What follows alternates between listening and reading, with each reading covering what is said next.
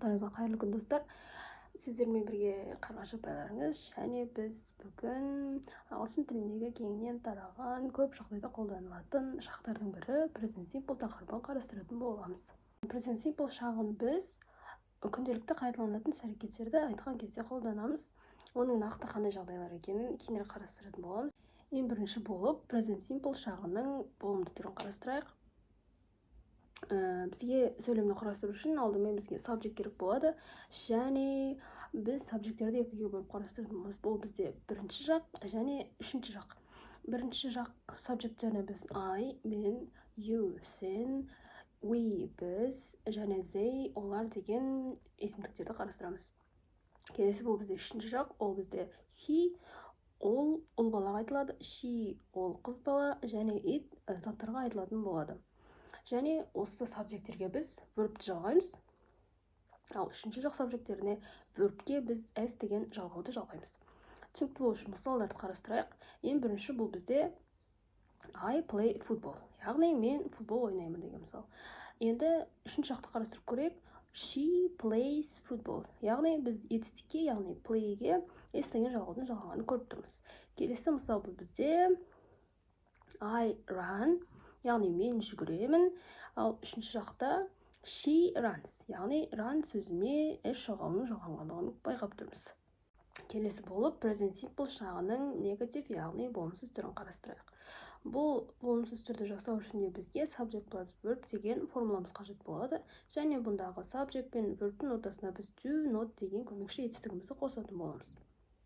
Және үшінші жақтағы негатив формамызды жасау үшін бізге subject plus does not plus verb деген формуланы қолданамыз.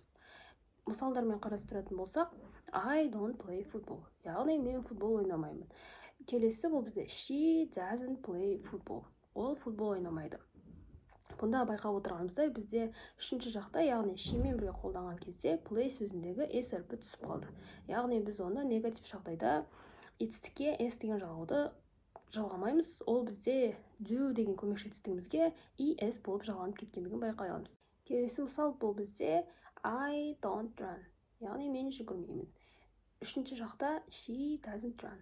Бұл жерде де біз run сөзіне s жалғауының жалғанбағандығын көріп тұрмыз. Келесі болып present simple шағының question, яғни сұрау формасын қарастырайық. Бұл формуланы жасау бізде оңай. Бағанағы қолданған do деген көмекші етістігімізді сөйлемнің алдына шығаратын боламыз. Do plus subject plus verb деген формула шығады. Және үшінші жақта да турасы жағдай does деген көмекші етістігімізді сөйлемнің басына шығарамыз, және оған subject пен verbті жалғайтын боламыз. Мысалдармен қарастырайық. Do I play football? Яғни мен футбол ойнаймын ба? Келесі does she play football? Ол футбол ойнайды ма? Бұнда да біз етістікке s жалғауын жалғамаймыз үшінші жақпен қолданған кезде. Келесі мысал бұл бізде do I run? Мен жүгіремін бе? Does she run? Ол жүгіреді ме деген мағынаны білдіреді. Осы сұрақтарға жауап беру үшін біз қысқа ғана форманы қолдана аламыз. Біздің жауабымыз иә болатын болса yes I do. Жауабымыз жоқ болатын болса no I don't. Және үшінші жақта yes she does. Жауабымыз жоқ болатын болса no she doesn't деген сөздерді қолдана аламыз. Келесі болып present simple шағын қандай жағдайларға қолданамыз деген сұраққа жауап берейік. Ең бірінші бұл habits, яғни күнделікті өмірімізде жасап жүрген іс-әрекеттерді айтқанда қолданамыз. Мысалдармен қарастыратын болсақ, we go to school every day.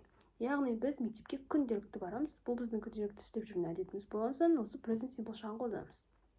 Келесі I brush my teeth twice a day. Яғни мен тісімді күнделікті 2 рет тазалаймын. Бұл да біздің күнделікті жасап жүрген іс-әрекетімізге айналғандықтан present simple шағын қолданамыз. Келесі present simple'ның қолданылатын орны бұл facts, яғни фактілер немесе шындықтарды айтқан кезде қолданылады. Мысалдарды қарастырайық.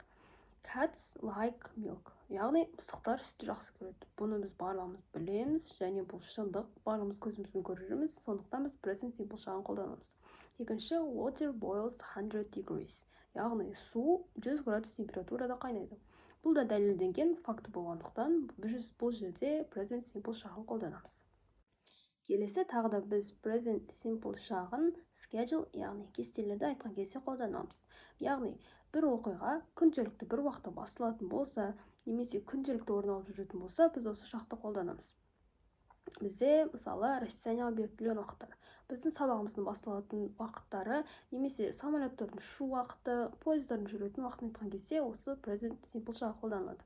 Мысалдармен қарастыратын болсақ, our class starts at 8 o'clock. Яғни біздің сабақтарымыз күнделікті таңғы сағат 8-де басталады. Келесі мысал бұл бізде the movie starts at 7 o'clock. Яғни бұл бізде фильмнің сағат 7-де басталатынын айтылып тұр. Бұл бізде оның уақыты белгілі және де уже кестеге бекітіліп қойғандықтан осы present simple жағы қолданамыз. Келесі бұл бізде time expressions, яғни present simple мен бірге қолданылатын уақыт көрсеткіштері. Time expressionдар бұл бізде жалпы оқиғалардың қаншалықты жиі және қандай уақытта орын алғандығын көрсету үшін қолданылады. Present simple жағымен бірге қолданылатын time expressionдар. Always, әрқашан, usually, әдетте, often, жиі, sometimes, кейде, never, ешқашан. Every day, күн сайын, every month, ай сайын, twice a week, аптасына 2 рет және 3 times a year, жылына 3 рет деген мағынаны білдіреді. Және осы every мен бірге twice, once деген сөздермен бірге басқа сөздерде қолдана аламыз. Біз неге бұл сөздерді екі бағанға бөліп қарастырдық. Яғни біз бірінші бағандағы сөздерді етістіктің алдына қоямыз сөйлемде, ал екінші бағандағы сөздерді сөйлемнің соңында қоятын боламыз. Түсінікті болу үшін мысалдармен қарастырайық. He always wakes up at 7 a.m. Яғни бұл жерде бізде always деген time expression, wake up деген етістіктің алдына қолданылып тұр.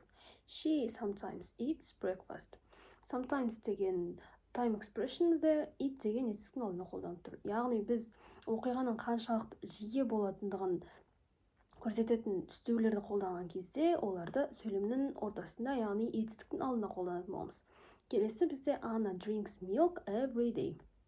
I go to gym twice a week. Бұл жерде every day мен twice a week деген time expressionдар бізде сөйлемнің аяғында қолданылып тұр. Осымен біздің present simple тақырыбына арналған сабағымыз аяқталды. Сабақты бекіту үшін осы берілген кішігірім тапсырманы орындасаңыздар болады. Сабаққа деген кері байланыстарыңызды немесе түсінбеген жерлеріңіз болса, берілген тапсырманың жауаптарын комментарий бөліміне қалдыруыңызға болады.